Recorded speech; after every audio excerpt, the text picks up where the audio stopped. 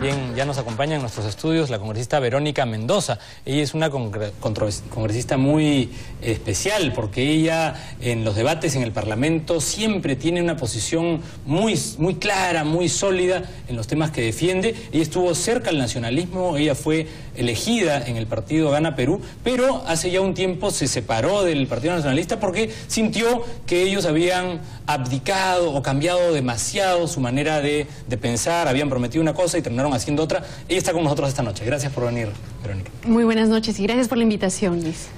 Lo primero, algunos ya te conocen, otros no te conocen tanto. Tú eres congresista por Cusco. Efectivamente, representante de la región Cusco, cusqueña. Y lo primero es, eres de las parlamentarias que yo sí doy fe, estás haciendo un trabajo admirable porque a veces el nivel de debate en el Parlamento es muy pobre y yo veo cuando alguien se prepara, cuando alguien no lo hace y cuando alguien es honesto y es consecuente con sus ideas. Y yo puedo dar fe que Verónica, lo cierto es que ha sido consecuente siempre.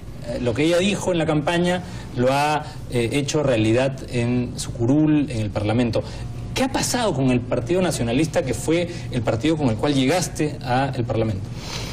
Pregunta bastante difícil, la verdad. Es una pregunta que no termino yo misma de resolver, ¿no? Tengo algunas pistas, algunas ideas, algunas lecciones aprendidas. No quiero volver a repetir los mismos errores, así que trato de analizar justamente qué pasó. Y creo que tiene que ver, Luis, con un entendimiento de la política errado que tenemos en la actualidad, ¿no?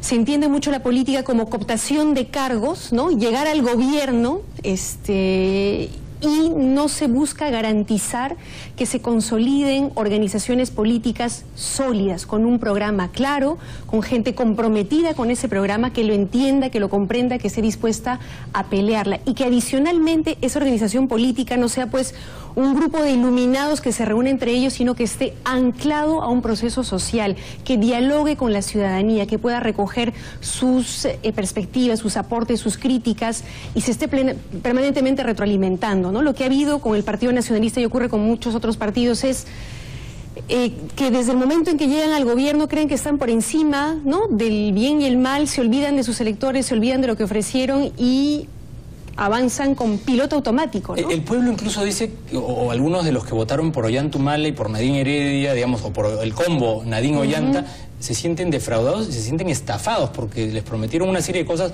por ejemplo, gobernar con honestidad, ¿no? O implementar una serie de políticas públicas muy distintas a las del neoliberalismo. Y la verdad es que Nadine Heredia ha cambiado muchísimo. Si vemos lo que dijo en campaña y lo que hace hoy junto con su marido, digamos, uno puede decir son personas diferentes. ¿Qué hacer para que eso no vuelva a ocurrir?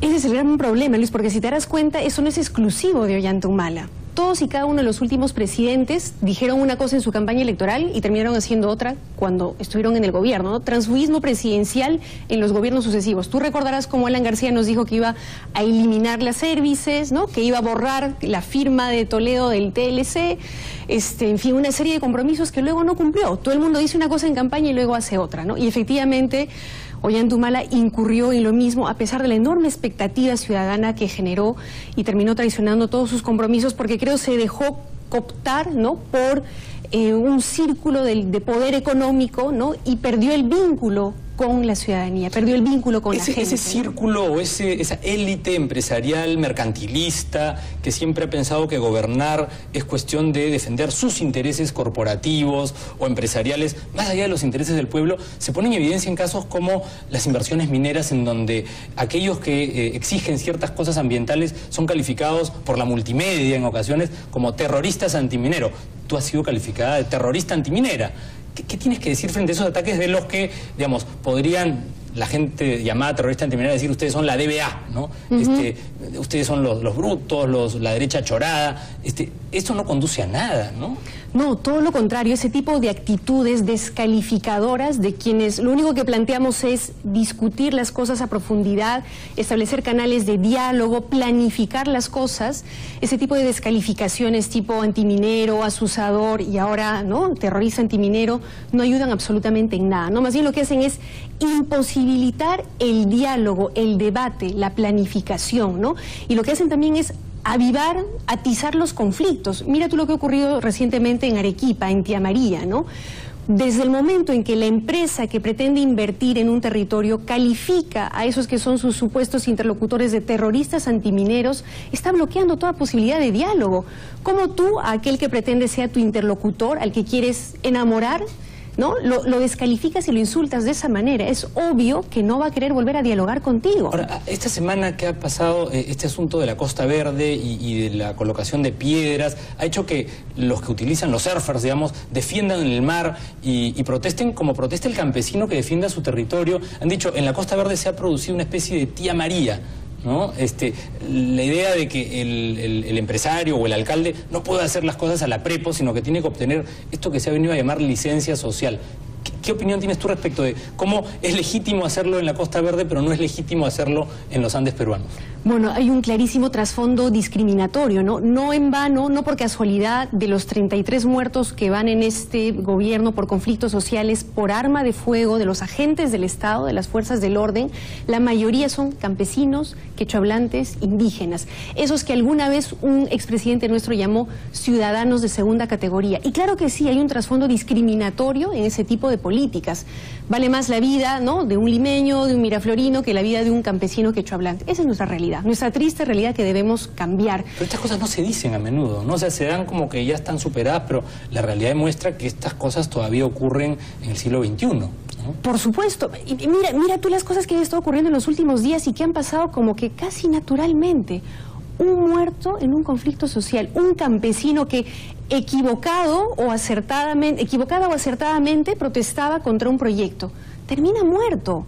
Una vida humana es la que se ha perdido y no hubo una disculpa, una autocrítica por parte, por ejemplo, del presidente del Consejo de Ministros cuando vino a pedir al Congreso el voto de confianza. Hubiéramos empezado por ahí, por decir que la vida humana está por encima de todo, por encima de cualquier proyecto minero, por más que nos signifique millones de soles en términos de renta, ¿no?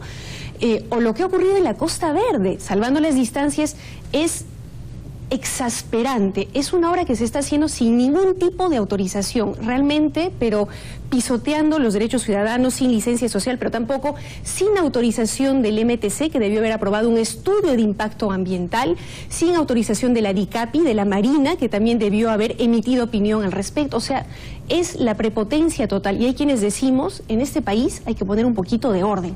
Y ese orden lo tiene que poner el Estado, planificando, ordenando el territorio, regulando, fiscalizando. Y a algunos eso les da miedo, pues. No les gusta que los fiscalicen, que los multen, que les exijan que cumplan la ley. Ahora, una pregunta. Verónica Mendoza se ha convertido algo así como una piedra en el zapato porque dice las cosas que a algunas personas en el mundo corporativo no les gusta escuchar, ¿no? Y está al frente de los partidos y los políticos que, digamos, son favoritos de los grupos económicos.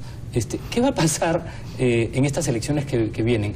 ¿Van a poder articularse los congresistas o los políticos independientes o que tienen puntos de vista distintos que los que defienden Keiko Fujimori, Pedro Pablo Kuczynski, Alan García, que es un poco más de lo mismo, ¿no? Un poco más o menos lo mismo?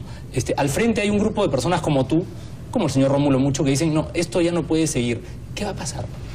Mira, de nuestra parte, toda la voluntad de coordinar, de dialogar, de articular, de construir con todas las peruanas y peruanos que tengan esa voluntad, de cambiar, de hacer las cosas bien, ordenadamente, seriamente, planificadamente, honestamente. Y en este país hay mucha gente así, muchísima. Lamentablemente lo que se saca a la luz, lo que se visibiliza, los que tienen tribuna en los grandes medios de comunicación no son precisamente esas peruanas y esos peruanos, pero sí los hay, sí lo sabemos. Yo sé que muchos también, digamos, ya le tienen cierta repulsión a la política, ¿no? Porque se ha vuelto sinónimo de corrupción, clientelaje, etcétera, narcopolítica, ¿no? Con sí, todo lo que estamos viendo últimamente, pero hay que decir claramente que no, que la política es luchar por el bien común. Así que una invitación a todas esas peruanas y peruanos a que hagamos política, y por supuesto que hay voluntad de construir, de articular. Nosotros estamos agrupándonos varios políticos, jóvenes, no tan jóvenes, mujeres, en el Frente Amplio, ¿no? Que es un espacio relativamente nuevo, que reivindica esas cosas: coherencia en la política, transparencia, honestidad, construcción colectiva. O sea, no se trata de buscar el candidato carismático, conocido, ¿no? Que tiene billete para su campaña. No, gente comprometida, que haya demostrado en su trayectoria que sí está con voluntad realmente de cambiar las cosas en su país. Hace unos años, cuando uno decía que era de izquierda, era un comunista, era algo terrible. Hoy está de moda ser de izquierda, ¿no? Todos los que antes tenían la bandera neoliberal, hoy dicen que ya no están tan convencidos de esas ideas, pero que de cara a las elecciones son más de izquierda.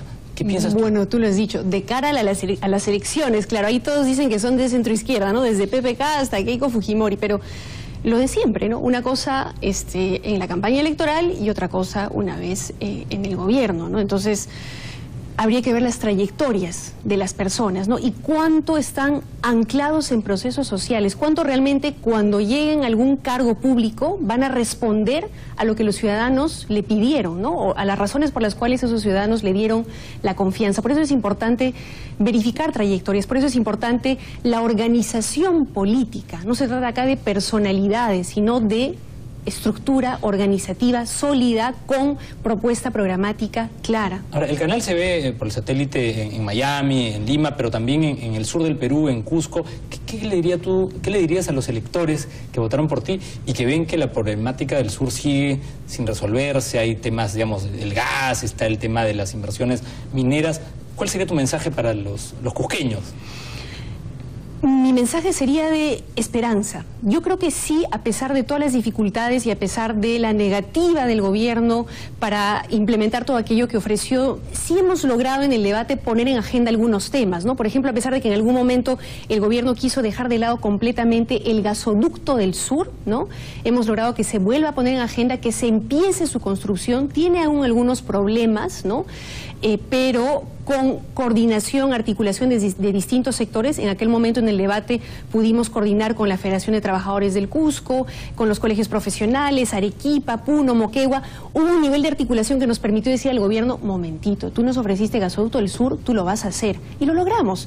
Quiero dar esto como ejemplo de que cuando hay coordinación, articulación, sí se pueden hacer las cosas, por muy pequeñitos que nos sintamos, ¿no? Y creo que es la lógica con la cual hay que seguir, ¿no? Y el Cusco, por ejemplo, como muchas de las regiones del sur, tienen enorme potencial. Es cuestión de planificar un poquito mejor el desarrollo, ordenar un poco la casa, y que todas las ciudadanas y ciudadanos, empresarios, colectivos de mujeres, de jóvenes puedan participar plenamente, ¿no? Activamente en la vida política. Y no darle la espalda a la población, porque hay a veces un divorcio, ¿no? Entre el político, la clase política de Lima y el pueblo que votó por los políticos y que después ellos, digamos, se desentendieron de sus electores, ¿no? Y te confieso que es bastante difícil, ¿no? Buscar el equilibrio entre la agenda nacional y la agenda regional para los congresistas que representamos a las regiones, ¿no?